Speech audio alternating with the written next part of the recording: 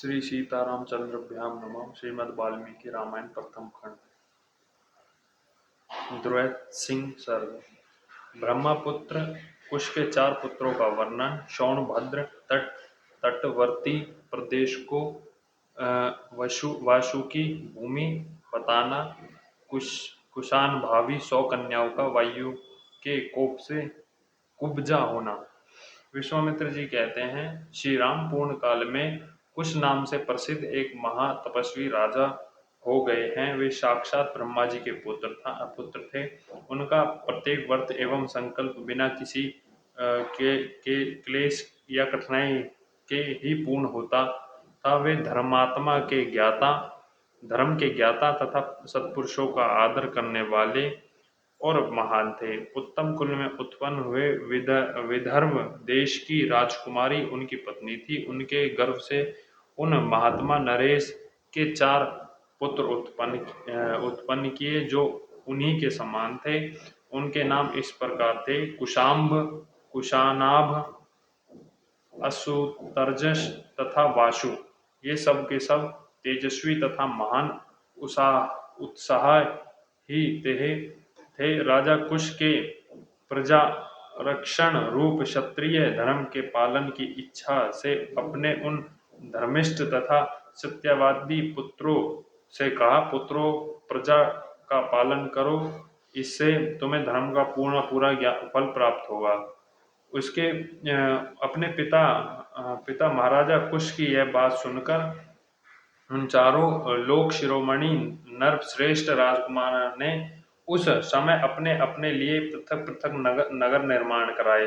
महातेजस्वी कुशाम्भ ने कौशाम्बीपुरी बसाई, जिसे आजकल कौशम कहते हैं। धर्मात्मा कुशानाभ ने महोदय नामक नगर निर्माण कराया। परम बुद्धिमान अस्तुर्जन ने धर्मायण नामक एक श्रेष्ठ नगर बसाया तथा राजा वसु ने गिरिव्रज नगरी की स्थापना की। महात्मा वसु की यह गिरिव्रज नामक राजधानी वसुमती के नाम से प्रसिद्ध हुई। इसके चारों ओर ये 5 श्रेष्ठ पर्वत सुशोभित होते हैं। यह रमणीय सोन नदी दक्षिण पश्चिमी ओर से बहती हुई मगध देश में आई है। इसलिए यहाँ सुमागंधी नाम से विख्यात हुई। यह इन पांच श्रेष्ठ पर्वतों के बीच में माला की भांति सुशोभित हो रही है। श्री राम इस प्रकार मागधी नाम से प्रसिद्ध हुई। यह सोन नदी पूर्वत महात्मा वासु से संबंध रखती है। रघुनंदन, यह दक्षिण पश्चिम से आकर पूर्णतः दिशा की ओर प्रभावित होती है। इसके दोनों तटों पर सुंदर क्षेत्र, उपजाऊ खेत तथा अतः सदा सत्य मालाओं से अलंकृत हरी भरी खेती से सुशोभित रहती है। रघुकुल को आनंदित करने वाले श्री राम धर्मात्मा राजश्री कुशाम्भ ने घरचत अप्सरा के गर्भ से परम उत्तम 100 कन्याओं का जन्म दिया।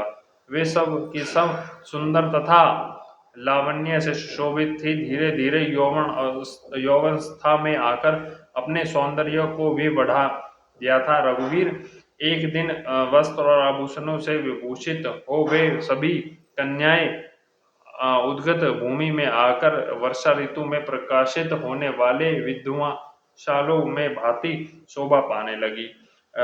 सुंदर अलंकारों से अलंकृत हुए वे आंगनाएं गाती बजाती और नृत्य करती हुई वहां परम प्रमोद मर्ग में हो गई।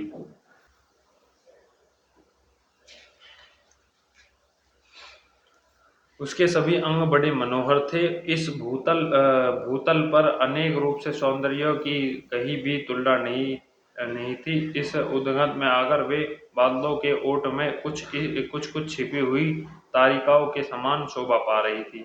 उस समय उत्तम गुण से संपन्न तथा रूप और यौवन से सुशोभित उन सब राजकन्याओं को देखकर सर्वरूप वायुदेव ने उन्हें इस प्रकार कहा, सुंदरियों, मैं तुम सबको अपनी प्रियसी के रूप में प्राप्त करना चाहता हूँ। तुम सब मेरी भार्या बनोगी।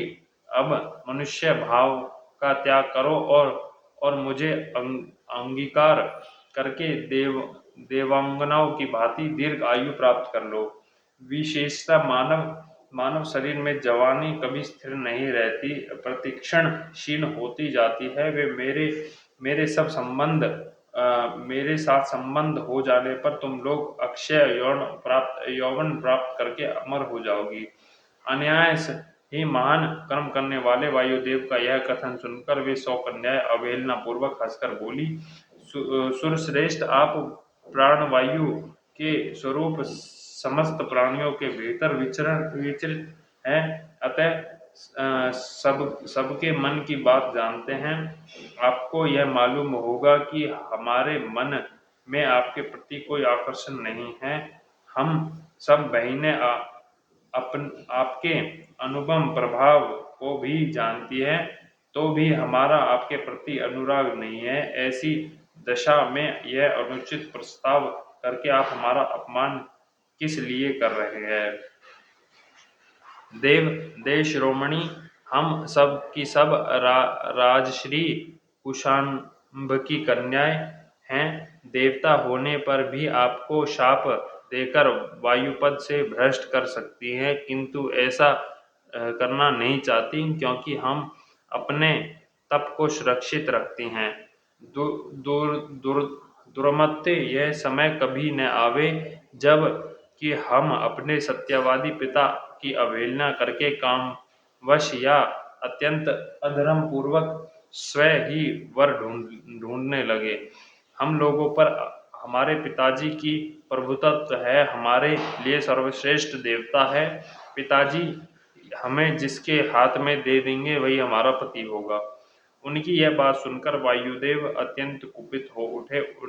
उन ऐश्वर्यशाली प्रभु ने उनके भीतर प्रविष्ट हो सब अंगों को मोड़कर टेढ़ा कर दिया। शरीर मुड़ जाने के कारण वे कुबड़ी हो गई। उनकी आकृति मुट्ठी बंधे हुए एक हाथ के बराबर हो गई। वे भय से व्याकुल हो उठी। वायुदेव के द्वारा कुबड़ी की हुई उन कन्याओं ने राजभवन में प्रवेश किया। प्रवेश करके वे लज्जित हो और उद्विग्न हो गई। उनके नेत्रों से आंसुओं की धारा बहने लगी। अपनी परम सुंदरी प्यारी पुत्रियों को कुब्जता के कारण अत्यंत दयनीय दशा में पड़ी देख राजा कुशनाम्ब घबरा गए और इस प्रकार बोले, पुत्रियों, यह क्या हुआ? बताओ, कौन प्राणी धर्म की अवहेलना करता है? किसके द्वारा तुम्हें कुबड़ी बना दिया, जिसे तुम तड़प रही हो, किंतु कुछ बताती नहीं हो? यों कहकर राजा ने लंबी सांस खींची और उनका उत्तर सुनने के लिए वे सावधान होकर बैठ गए। इस प्रकार श्री वाल्मीकि निर्मित अर्ष रामायण आदि काव्य बालकांड में 32वां सर्ग पूरा हुआ। बोल श्यापति रामचंद्र की जय। पवन सुत हनुमान की जय। लक्ष्मण भगवान जय। भरत शत्रुघ्न भगवान जय। जय श्यापति रामचंद्र की जय।